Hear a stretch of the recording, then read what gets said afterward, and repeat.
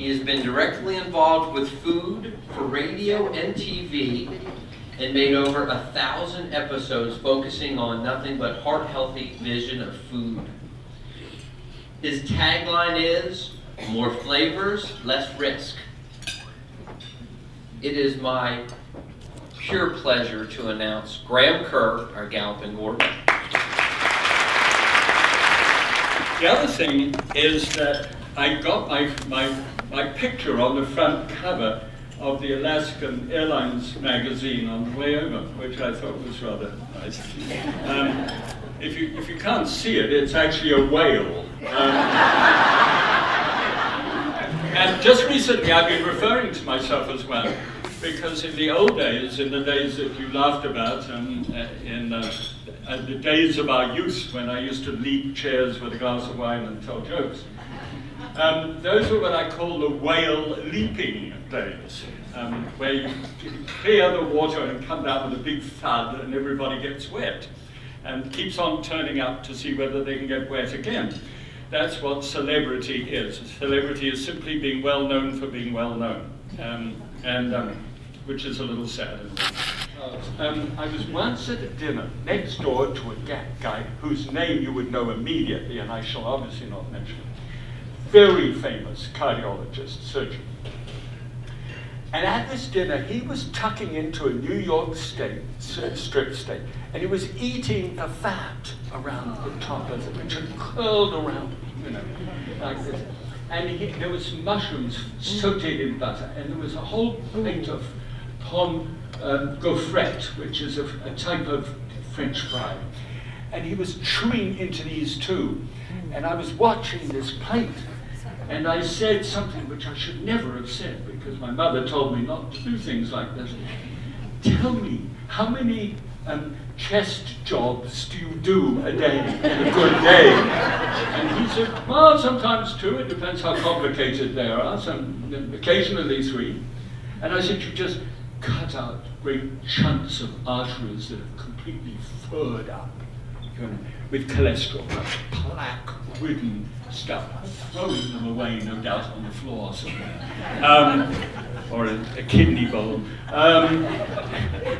and grafting in new ones which are almost clogged anyway.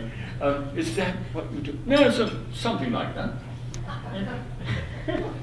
I said, then how can you eat like you do? Oh, he says, I'm trusting medical science is going to catch up with my habits. And I thought to myself, there just has to be a better way than this. Why does it always have to be intervention? Can't it be prevention? I know we need to take care of you guys when it's been many years, but why can't we take those many years and intervene then at that stage before it becomes an event? And so that's where I've been making my life's work. That if you consume about 9 to 11 servings of fruit and vegetables a day, that you've got something like a 50% less risk of cancer. And it's also now with the OmniHeart studies that have been done, they are now recommending 11 servings a day from a heart health point of view. We don't get anything like that. We as a nation are consuming 3.5. We need a 300% increase in plant food. And you and I know that's just not going to happen overnight. But it is something that will need to take place. And supplements don't hack it.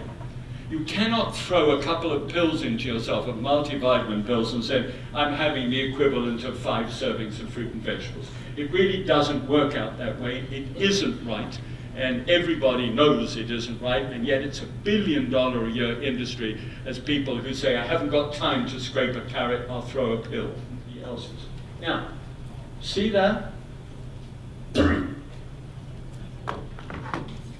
That's called the H factor, and I want you to go away with this idea tonight. A treat is something that each and every one of you should enjoy. A threat is that none of you should have to endure. All right, especially if it's commercially induced. So the H is the only letter that separates the treat from a threat. H stands for high in volume and high in repetition. You have too much of something too often, like the 4 cookers a day that I used to have. Those were an H factor for me. I removed those from my life and still enjoyed the 2. It became a treat again. There's no reason why we should not thoroughly celebrate the treat. But I have had a wonderful day, and I want to thank whoever thought of having me for giving me the chance to do what I love to do with all my heart. It's been special, and I'm grateful. Thank you.